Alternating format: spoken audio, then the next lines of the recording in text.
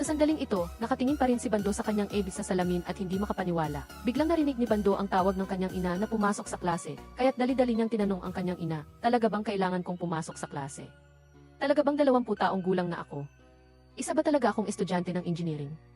Agad na pinalo si Bando ng kanyang ama at sinabihan siyang magmadali sa paaralan bago mahuli. Sinabi niya sa kanyang ama na masakit at hiniling pang paluin siya ng isa pa. Ngunit halos mawalan siya ng malay sa palo at sinabi ng kanyang ama na baliw ba ang batang ito. Pagkatapos ay pinalaya si Bando ng kanyang ate. Sa kabilang banda, niyakap ni Jinju ang kanyang ina na naghugas ng pinggan ngunit itinulak siya ng kanyang ina. Nang gusto niyang yakapin ang kanyang ina, sinabi ng kanyang ina, nagbago ka na ba ng diskarte? Akala mo ba bibili ako ng telepono para sa iyo kung gagawin mo iyan? Hindi siya makapaniwala na bumalik siya sa edad na 20 at muling nakita ang kanyang yumaong ina. Saan man magpunta ang kanyang ina, si Jinju ay parang buntot na hindi humihiwalay. Sa takot na muling umalis ang kanyang minamahal na ina, sinundan niya rin ang kanyang ina palabas. Sa sandaling iyon, biglang lumabas ang kanyang kapatid na babae mula sa silid na may dalang maleta. Sinabi pa niya sa kanyang ina na kung hindi siya bibili ng telepono para sa kanya, aalis siya ng bahay. Pagkatapos niyang magsalita, sinampal siya ni Jinju at sinabing huwag niyang kausapin ang kanilang ina ng ganoon. Sa sandaling iyon, tumakbo ang kanilang ama palabas at balak na siyang ihatid sa paaralan. Ngunit biglang naalala ni Jinju na siya pala ang dating umalis ng bahay dahil sa paghingi ng telepono. Sa katunayan, sa paningin ng pamilya, ang nangyari kahapon ay hindi nila pinansin. Sa mga sandaling iyon, dumating na si Choi Bando sa tarangkahan ng paaralan. Patuloy siyang nagtatanong sa sarili, nananaginip ba ako? Pagkatapos ay masaya siyang tumakbo papasok. Sa mga sandaling iyon, inihatid din si Jinju ng kanyang ama sa tarangkahan ng paaralan. Para sa kanya, bawat estudyante ay mukhang kakaiba. Nang makita niya ang kanyang sarili sa salamin, napahanga siya sa ganda ng kanyang kutis. Masaya siyang pumasok sa loob at ang buong paaralan ay puno ng sariwang hangin ng kabataan. Sa mga sandaling ito, masaya ring inoobserbahan ni Bando ang bawat estudyante sa paligid. Hindi siya makapaniwala na talagang nakabalik siya sa edad na 20, isang bagong mag-aaral sa kolehiyo. Masaya siyang tumalon sa likod ng kanyang instruktor. Sana'y hindi na matapos ang panaginip na ito, bulong niya. Sa kabilang panig, masaya ring inoobserbahan ni Jinju ang lahat. Nang makita niya ang mga estudyanteng nag-ehersisyo, sumunod din siya sa ritmo. At napabulong siya, ang kabataan ay napakaganda nga. Sa sandaling ito, biglang nakita ni Jinju si Bando na papalapit, at nakita rin siya ni Bando. Akala ni Jinju ay siya lang ang bumalik sa nakaraan. Para hindi na niya muling makita si Bando, matatag siyang lumakad, nagkunwaring hindi niya ito kilala. Nang maglampasan sila, lumingon si Bando at tiningnan ang anino ni Jinju. Sa kanyang puso, naisip din niya, hindi pa tayo magkakilala ngayon. Mas mabuti pang huwag na tayong magkita sa hinaharap. Pagkatapos ay masaya siyang tumalikod at naglakad. Sa kabilang banda, sinabi rin ni Jinju sa sarili, mukhang ako nga lang ang bumalik sa nakaraan. Si Bando ay hangal pa rin. Hindi ko alam kung bakit ko siya nagustuhan noon. Sumunod, nakita niyang natapos na ang ehersisyo ng mga estudyante sa field. Nang makita niya ang mga estudyanteng naghubad ng kanilang mga damit pagkatapos ng ehersisyo, bumilis ang tibok ng puso ni Jinju. Nang tumingin si Jinju sa leader ng grupo na si Namdoo, bigla niyang naalala ang isang bagay. Noong kumakain siya kasama si Boram sa hinaharap, sinabi niya na niligawan siya ng lalaking ito. Sa hinaharap, siya ay isang binata na may kayamanan na 60 bilyong won. Sinisipan niya ang kanyang sarili na may problema siya sa pag-iisip noon, kaya hindi niya ito tinanggap. Sa mga sandaling ito, biglang nakita ni Namdoo na kinakausap niya ang sarili. Tinawag naman siya ni Boram. Nagulat na tumayo si Jinju. Hindi siya makapaniwala na ito ang kanyang matalik na kaibigan sa hinaharap. Pinuri niya si Boram na napakaganda. Masaya niyang sinabi kay Boram na 20 taong gulang pa lang siya. Ngunit inakala ni Boram na baliw siya. Sa kabilang banda, bumababa si Bando. Nakita niya ang ilang estudyanteng nagbubulungan tungkol sa guro sa tabi nila. Lumingon siya at nakita niyang may problema pala ang palda nito. Sa kanyang kapanahunan, syempre hindi niya hahayaang kumalat ang masamang balita. Dali-dali siyang tumakbo at bumulong sa guro na ayusin agad ang kanyang palda. Huwag niyang hayaang makita ng mga estudyante sa likod. Pagkatapos ay masayang bumaba ulit si Bando. Pagdating pa lang niya sa gusali ng akademya, nakita na niya ang kanyang matalik na kaibigan sa hinaharap.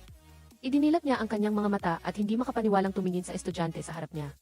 Pinagtawanan niya ang lalaki na nakadamit daw na parang isang dilaw na pato. Ngunit di nagtagal, nakulong siya sa klase kasama ang iba pang bagong estudyante. Pinagalitan sila ng mga senior at tinanong kung bakit alam nilang kailangan nilang magsuot ng uniforme ngayon, ngunit hindi sila sumunod. Pagkatapos ay pinatawan silang lahat ng kolektibong parusa. Nag-ehersisyo ang buong klase kasama si Bando sa loob ng 2 oras kaya nanginig ang mga binti ng lahat. Bawat segundo ay pahirap. Sinabi ng mga senior na maliban kung may babaeng estudyante ang pumasok sa klase, walang sinuman ang maaaring tumayo. Para sa departamento ng inhinyero na puro lalaki, paano naman magkakaroon ng babaeng estudyante?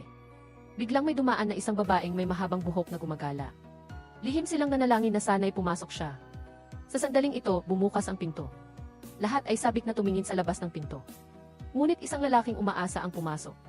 Natawa si Bando habang hawak ang kanyang tiyan. Lumabas na ito pala ang kanyang kaibigan sa hinaharap, si Godokjay. Nagsimulang pagtawanan ni Bando ang buhok ng lalaki na parang babae. Sa kabilang banda, biglang nakita ni Jinju si Namdoo na galing sa training ground na sinusundan ng isang grupo ng mga babaeng tagahanga. Lihim niyang naisip, bakit ko kaya siya tinanggihan? Ito ay malinaw na isang mayaman at gwapong lalaki. O kaya sa pagkakataong ito ay ako ang unang lalapit. Biglang tumakbo si Jinju at nahihiyang tinawag ang Ki-Opa. Sa sandaling ito, nagulat ang mga estudyante sa paligid at napatingin sa kanya. Tila tumigil ang hangin sa paligid. Naging awkward ang kapaligiran. Pagkatapos ay hinila ni Boryong si Jinju palabas at tinanong kung nababaliw ba siya. Kung gusto mo siya, bakit mo siya pinahirapan kagabi? Lumabas na kagabi ay umamin ng pag-ibig si Namdoo kay Jinju sa harap ng maraming kaibigan. Ngunit sinabi ni Jinju na amoy pawis siya at tumalikod. Iniwan si Namdoo sa isang awkward na sitwasyon. Sinabi ni Jinju kay Boryong na hindi niya sinabi iyon, dahil bagong dating lang siya ngayong umaga, wala siyang alam sa nangyari kagabi. Sa gate ng eskwelahan, biglang nakita ni Bando ang isang lalaking nakasalamin na dumaan. Pakiramdam niya ay pamilyar ang mukha kaya sinundan niya. Napagtanto niya na ito pala si Dian Park na nambugbog sa kanya sa hinaharap. Ginamit pa ang kanyang credit card para umupa ng kwarto. May kinalaman din ito sa paghihiwalay nila ng kanyang asawa. Nakita niya itong nakikipag-usap sa babaeng nakasakit sa kanya. Galit na pinisil ni Bando ang lata ng Coca-Cola sa kanyang kamay, gustong sumugod para magiganti. Binangga niya sila at nagmadaling humingi ng paumanhin. Sumigaw ang nobya ni Park Hwin na parang baliw na leon. Hindi inaasahang sinabi ni Park Hwin na okay lang. Ibinigay ni Bando ang lata ng Coke sa kamay niya. Humingi siya ng paumanhin at tumalikod. Pagbukas ni Park Hyun-seok ng lata ng Coke, tumalsik ang tubig sa mukha niya. Lumabas na inalog ni Bando ang lata ng Coke sa kamay niya habang papalapit. Masayang sinabi ni Godokjay na dadalo siya sa welcome party ng mga bagong estudyante ngayong gabi. Nang gabing iyon, magkatapat na nakaupo ang mga bagong babaeng estudyante na ikinahiya ng mga lalaking nakaupo sa tapat nila. Hindi inaasahan ni Bando na magkatapat sila ni Jinju. Nagbalik ang dalawa sa nakaraan. Sa simula ay wala silang balak na magkaroon ng anumang koneksyon, ngunit nakalimutan nilang nagkita na sila sa welcome party na ito.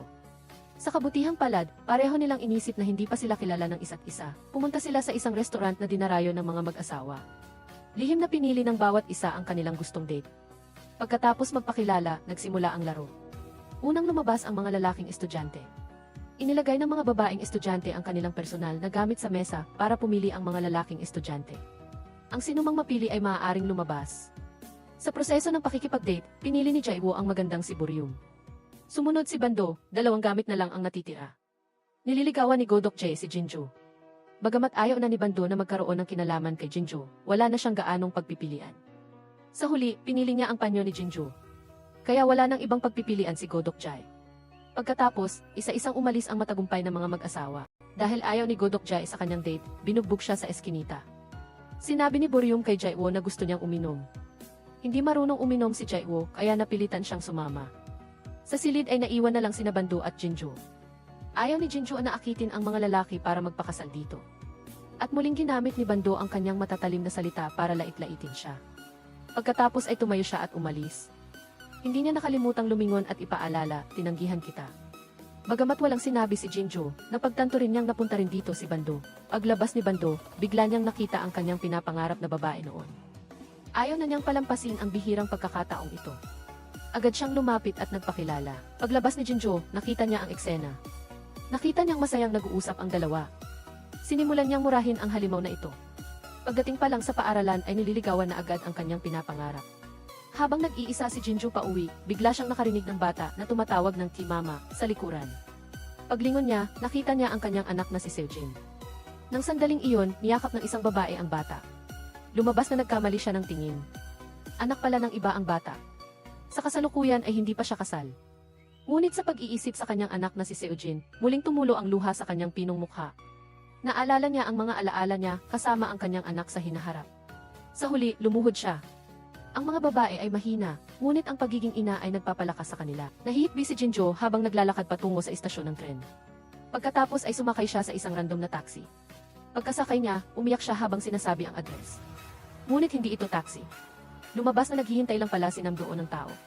Ngunit nang makita ni Namdoo si Jinjo na umiiyak, wala siyang sinabi. Tahimik lang siyang nagmaneho para ihatid si Jinjo ng ligtas pa uwi. Umiyak lang si Jinjo sa buong biyahe.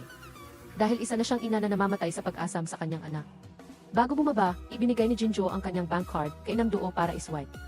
Ngunit sa panahong ito, wala pang card reader. Nagulat si Namdoo na kinuha ang card. Tiningnan niya ito at ibinalik.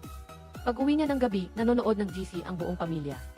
Ngunit si Jinjo ay nakaupo sa isang sulok, nakatitig sa kanyang ina nang hindi lumalayo. Nagalit ang kanyang ina. Sa pagtulog, niyakap din ni Jinjo ang kanyang ina nang hindi lumalayo. Natatakot siyang pagdilat niya ng mata, maglaho ang panaginip na ito, at muling lumayo ang kanyang ina. Ngunit dahil dito ay nakita lang siyang medyo nakakatakot ng kanyang mga magulang.